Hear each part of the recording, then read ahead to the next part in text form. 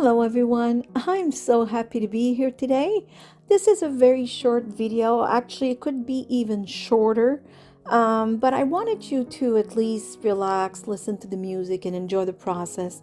This is a very easy project. It's really, to give you an idea of, uh, you know, how to use the small images that are in Marta's books, Maremi Small Art, but any smaller image that you have that you might have from another book, or fussy cutting when you buy digital papers, or any fussy cutting that you have, or even little pieces of ephemera that you purchase sometimes in a kit, and then the small ones sometimes. Yes, you can make clusters, you could add them to tag. There's all kinds of ideas, but I thought, why not do these dangles? I had those pieces of wood. I have many actually. I got them at the dollar store. And you can make, everything, ornaments and mini tags, although I find them a little thick to make tags that would go in a journal because, it's wood, so it's a little too thick. But I thought, why not a dangle or two? I made four, and these dangles will look perfect in a junk journal. And I had these little images, and I thought, you know what? I'm going to try and make beautiful dangles. I love to make pieces in advance, as you know, for when I do have a journal I need to fill out. So I'll make pockets, tags, I'll make little flip outs and windows with, dried flowers in them. I'm going to prep all kinds of items, and dangles are really fun to have pinned somewhere in the journal. It could be pinned in a corner if you've gathered some fabric there and you dry it with glue. Eventually it's solid enough that you can actually put a pin and have a dangle in there. Now, of course, you can have charm dangles. You can have beads, all strung up beads on a wire for a dangle. But these little wooden pieces I find are so adorable. I can't wait for you to see the end where I show them. And I give you options if you don't have what I have. I always try, anyways, to give you options to do the same thing but with different medium and whatever you have at hand. So just see what you can do with what you have. But I like the idea.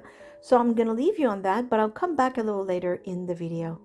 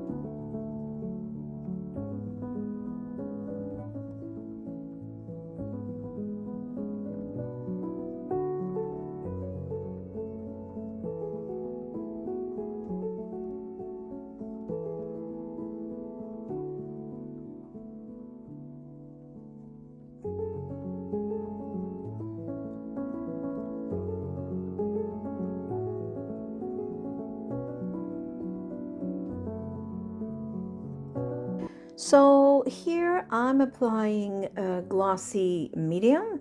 I want to show you that you can do this little project with, something else than the glossy accent, I think it's called. I think I showed the bottle. Yes, I did. Um, of course, the glossy accent is just amazing because it gives that thick, almost glass effect to the projects. It's perfect to create beautiful items, but not everybody has it. And does it have the same effect with a glossy medium? No, of course not. But is it beautiful? Yes, and it is protected and it is shiny.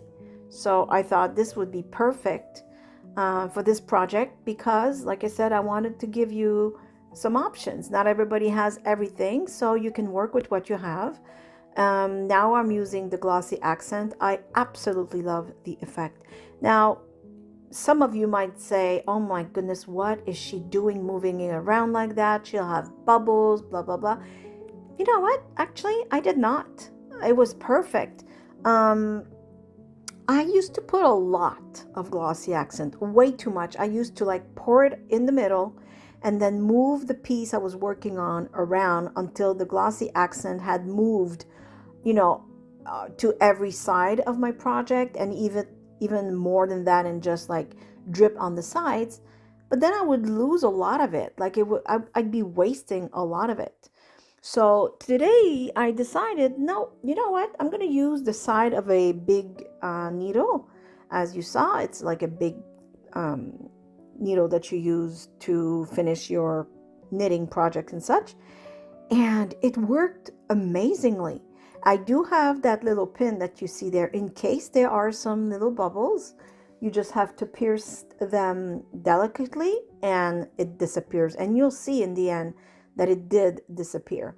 So, yeah, I thought it was perfect because I used a lot less than I used to use from the bottle of. I mean, I used to go through these bottles way too quickly.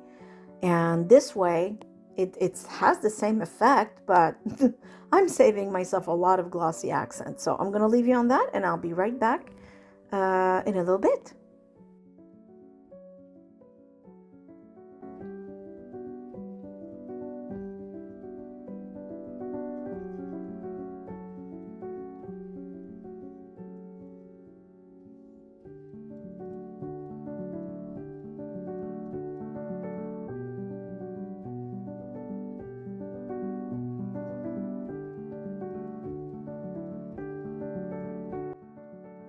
Now, if I can add a tiny piece of advice with the glossy accent, don't think that you have all the time in the world to move it around. That's not true. Although it takes a bit to dry, be very careful. Don't touch it for a long while. I went upstairs and made supper while it was drying. However, even if it takes time to cure completely, while you are applying it, it starts to take, for lack of a better word, it starts to harden a tiny bit. And what happens is if you take too long to place it, like I'm doing right now, you will leave dents into it. But mine worked perfectly. It was just quick enough, and you'll see in a second.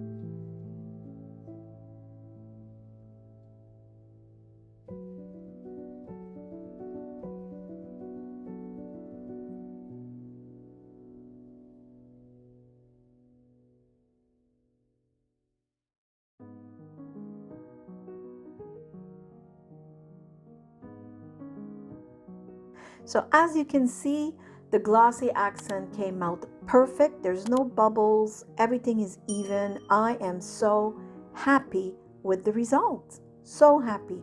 Of course, the glossy medium is also pretty. It's just not as shiny and it doesn't have the thickness of the glossy accent. But you know what? In a pinch, it works. It does what it's supposed to do. And it's a perfect finish for your dangles. So now I'm just going to add the finishing touches, and I would hang these with a bulb pin or a pin of any kind to a journal. Could they be tags? Yes, of course, but in this case, I don't think so. I just think those pieces of wood are too thick. But you could reproduce these dangles on a piece of cardstock, and then they become whatever you want, right? So I hope you've enjoyed this video. I hope maybe you've learned something, and that you were able to relax for those 19 minutes. And as usual, I hope you are all happy, healthy, and safe. And I give you a great big hug from here in Nova Scotia, Canada. And I say thank you for watching. See you soon. Bye. Bye bye.